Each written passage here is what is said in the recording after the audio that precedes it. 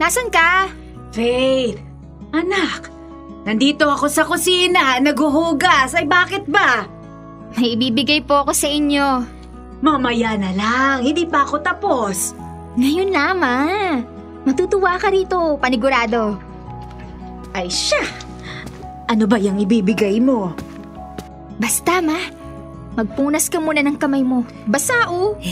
Ano ba kasi yan? Naghuhugas ako ng pinggan eh. Nangiistorbo ka naman. Buksan mo na lang, Ma. Ano ba to? Oh, bagong cellphone. Para kanino naman to? Para po sa inyo. Para sa akin. Ay, aanhin ko naman ito. Eh, hindi naman ako marunong gumamit. Para kapag may kailangan kayo o gustong ipabili, tatawagan nyo na lang kami ni Renz. Mas okay yun, di ba? Mas madali. Kailangan mo yan, Ma. Para madali mo ring makontak si Nachang Nessie kaysa naman palagi kayong nagkikikilos dito sa bahay. Mamaya mapano pa kayo habang wala kami?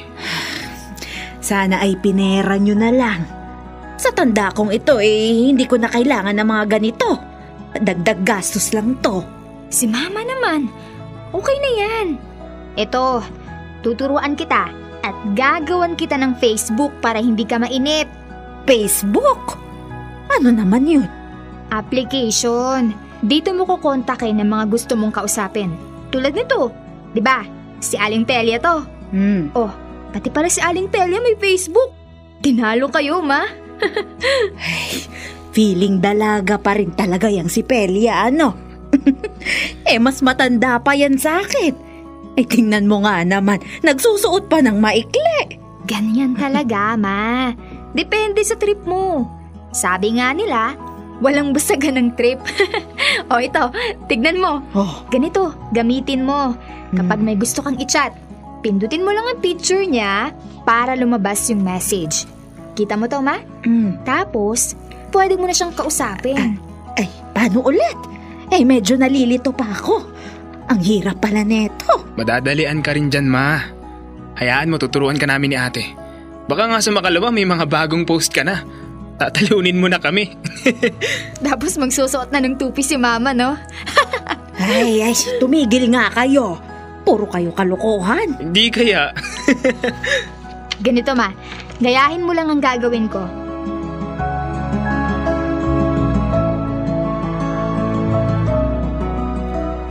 Dear Love, tinuruan namin si Mama ng mga alam namin para kahit na nasa trabaho kami, ay may magiging libangan siya. Nag-aalala kasi kami na baka mapano siya sa maghapong trabaho sa bahay na ginawa niyang pantanggal bagot. Mabuti na rin yun dahil makakapagpahinga siya at matututo ng mga bagay na hindi niya pa nagagawa.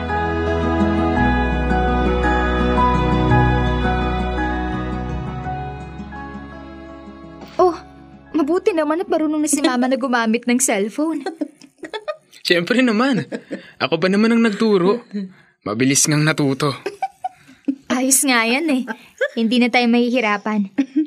Sino yung kausap niya? Bakit tawa ng tawa? Nalilibang kasi sa picture. Yung mga filter. Ngayon niya lang kasi nakita. Anak! Halika dito. Tingnan mo to. May lumalabas na unggoy. Ang galing. Opo, Ma. Ganyan talaga yan. Marami pang filter dyan na pwedeng gamitin. Ay, salamat mga anak. Dahil binilhan niyo ako ng cellphone. Hindi ko alam na masaya palang gamitin ito. Sinabi ko naman kasi sa inyo, baka naman kilos pa rin kayo ng kilos dito. Naguhugas lang ng pinggan. Basta, Ma, huwag kayong magpapakapagod. Matanda na kayo. Dapat nga hindi na kayo kumikilos at nagre-relax na lang. Nandito naman kami ni Renz para mag-asikaso sa inyo. Hayaan niyo na, anak. Hindi naman palagi. Pati nalilibang na rin naman ako sa binili niyong cellphone. Ay, nakakausap ko na rin sina Tiang Nessie mo. Nagkukumustahan kami. Ay, natuwa nga sila dahil binilhan niyo ako neto. Mabuti naman po kung ganon. Basta, Ma, kapag may kailangan kayo, tawagan o i-chat niyo lang kami. Marunong na naman kayo, di ba? Oo, sige.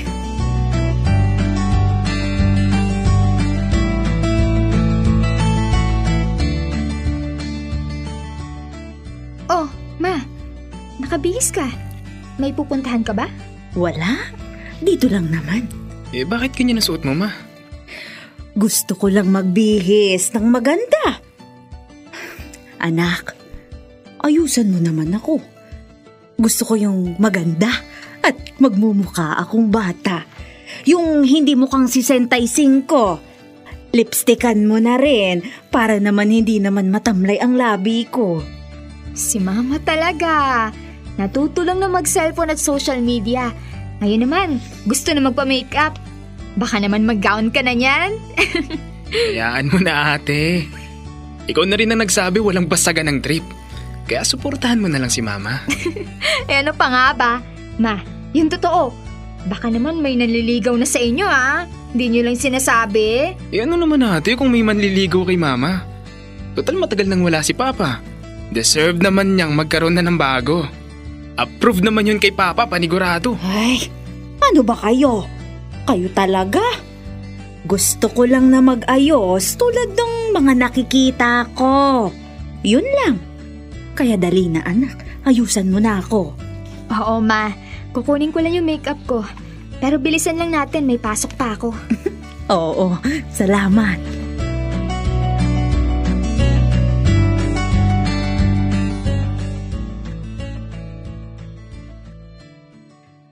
Faith, anak. Ma, bakit? May 2.5 ka ba dyan? Meron naman ma. Bakit? Pwede bang pahingi naman? Ibawas mo na lang sa ibibigay mong 6,000 sa sahod. Sige ma.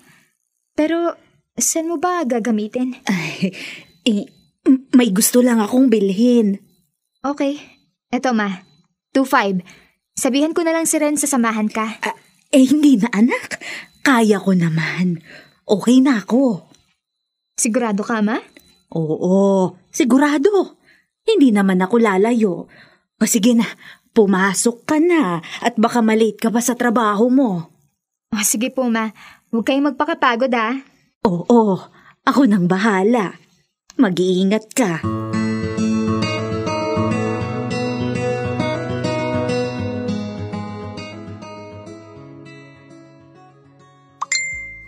Ayan, nag-chat na siya.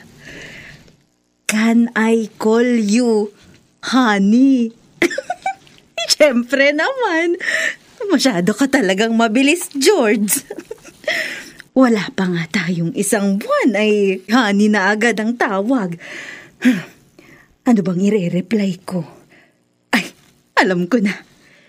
Yes, you can call me honey. My baby. Ano ba yan? Kinikilig tuloy ako. Ay, ito. Nag-chat uli. Honey, I need the money right now. How much are you sending? Please hurry. Sige. Makapunta na nga ng tindahan para magpa-cash in. Kailangan na yata ni George ng pera.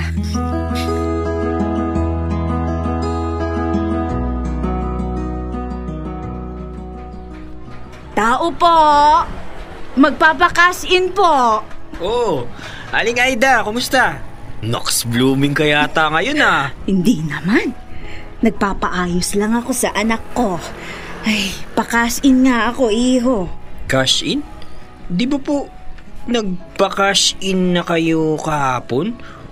Parang araw-araw naman yata ang pagpapa-cash in yun yan. Sana all maraming pang-cash in. Iba naman ito. Sige na't, nagmamadali ako. Magkano po ba? At kanino papadala? 2.5 lang. Ay hindi. Gawin mo na palang 3,000. Ito yung pangalan. Sige o. Pahingi na lang po ng number. Sige. Ito yung number.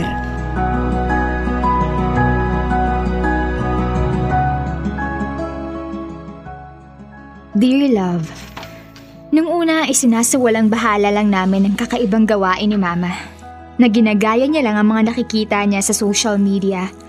Pero habang tumatagal, napapansin na namin ang madalas niyang paghingi ng pera.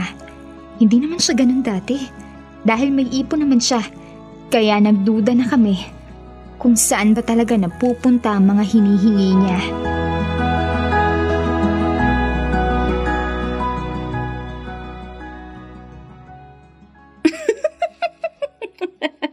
Ay, ikaw talaga. Ma? Ang gwapo naman talaga ng George ko. Ay, pero bakit kaya ang lalabo ng mga pictures niya? Ay, hayaan mo na nga. Hindi na mahalaga. Ay, kailan niya kaya ako yayayaing makipag-date? Ma! Ay, pala ka! Ano ba naman yan, anak? Bakit ka naman nang gugulat? Anong ginagawa mo? Ay, wala. Nag-i-scroll lang. Bakit pala? Pwede ka bang makausap? Oo naman. Ano ba yung pag-uusapan natin? Busy kasi ako. Sandali lang naman to. Tungkol sana sa ipon mo. Ay, ano ba yung tungkol sa ipon ko? Ma, yung totoo. May pera ka pa ba? Oo naman. Ano ba namang tanong yan? Bakit po napapadalas ang paghingi nyo sa amin? Wala namang problema ron, pero may pinagkakagastusan po ba kayo? Oo ang totoo anak, iniimbest ko kasing pera ko sa negosyo ng kaibigan ko. Kaya mabilis na uubos yung pera ko. Investment? Legit ba yan? Baka naman binubudo lang kayo. Hindi, kaibigan ko naman yun. Bakit naman hindi nyo sinabi agad? Di sana nagbigay pa ako ng mas malaking pera para lumago. Ayos lang yun. Basta. Ma, kapag may kailangan ka, sabihan mo lang kami. Hindi ka naman namin pagdadamutan. Tulad niyan, naubos na pala yung ipon mo dahil sa investment. Oo, sige. Salamat, anak. Tandaan mo, Ma. Pwede ka laging magsabi sa amin.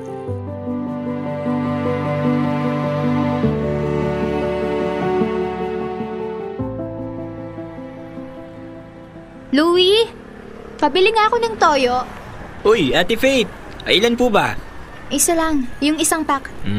Ito. Salamat. Ito ang bayad. Salamat. Ay, Ate Faith, sandali. May itatanong lang ako. Ano yun? Sino yung madalas na padalhan ni Aling Aida ng pera? Pinapadalhan ni Mama? Baka naman nagkakamali ka lang. Hindi, si Aling Aida talaga. Halos araw-araw nga Minsan 3,000. Ang pinakamalaki sigurong pinakash-in niya sa akin, 10,000. Mabuti na lang, palaging may laman ng e-wallet ko. Sigurado ka ba? Bakit hindi yun nababanggit ni Mama? Oo nga, Ate Faith. Kaya nga gusto kitang makausap tungkol dun Kasi parang may kachat din si Aling Aida kapag nagpapakash-in siya. Pwede bang makita yung pangalan ng pinagsasenda ni Mama? Eto ate. Jerome C. Yan, kaano-ano niyo to? Wala kaming kamag-anak na Jerome ang pangalan. Sino to?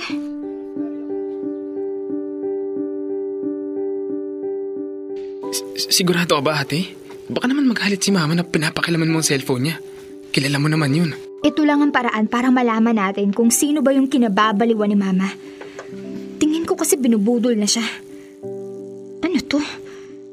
May George. Bakit kano? Renz, tignan mo to. Oo nga, no? Nagpapadala si Mama ng pera sa lalaki. Teka, poster naman tong kausap ni Mama. Lahat pa ng picture parang kinuha lang kung saan. Ate, pinipirahan lang si Mama. Renz! Faith! Anong ginagawa niyo?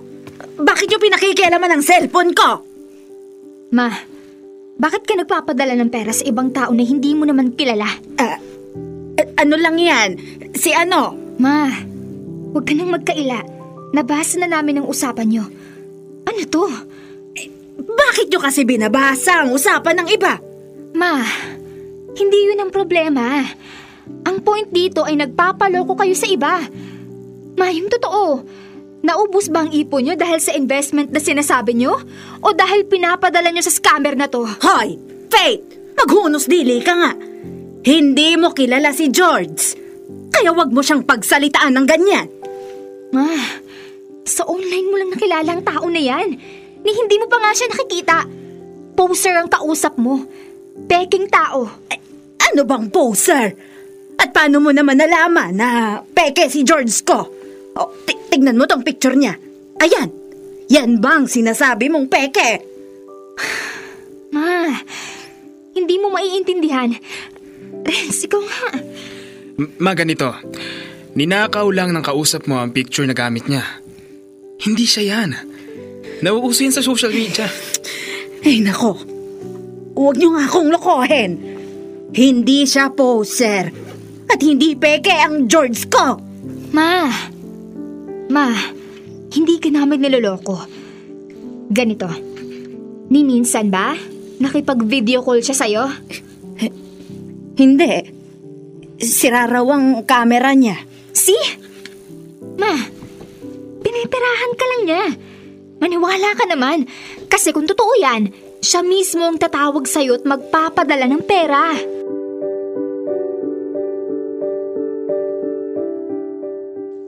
Dear Love, para patunayan ang sinasabi namin kay Mama, sinubukan ni Renz na takutin ang taong nasa likod ng account. Siguro ay natakot ito dahil agad nitong binlock ang account ni Mama at hindi na nagparamdam pa. Marahil naging paraan yon para mamulat si Mama sa aming mga sinasabi. Sa panahon ngayon, mas matalino ang kabataan pagdating sa social media dahil karamihan sa mga matatanda ay walang kaalaman sa paggamit nito. Madali silang nabibiktima ng panluloko at pag-ibig na hindi naman totoo.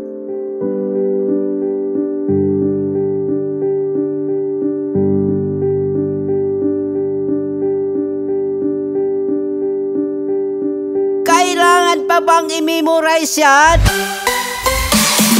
Love Radio. Basic!